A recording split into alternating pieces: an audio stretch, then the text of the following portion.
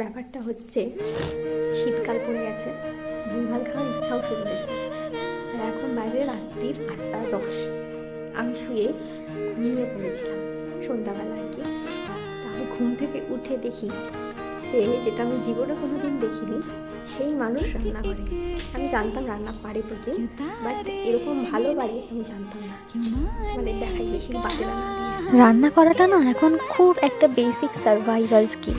আমার মনে হয় ছেলে মেয়ে সবারই এই রান্না করা জানাটা এবং ঘরের কাজ টুকিটাকি জানাটা খুব দরকার। কিন্তু আমি প্রতিমকে প্রথমবার রান্নাঘরে দেখে আপ্লুত হয়েছি কেন জানো?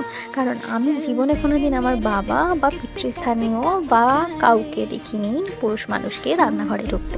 তাই জন্য আমি একটু দেখে বেশ চমকেই গেছিলাম, দ্যাট টু এত পরিষ্কার রান্নাঘর রেখে কিভাবে রান্না করে। তো তোমরা কপতিরা উইকেন্ডে কী করো আমাকে জানিও তো।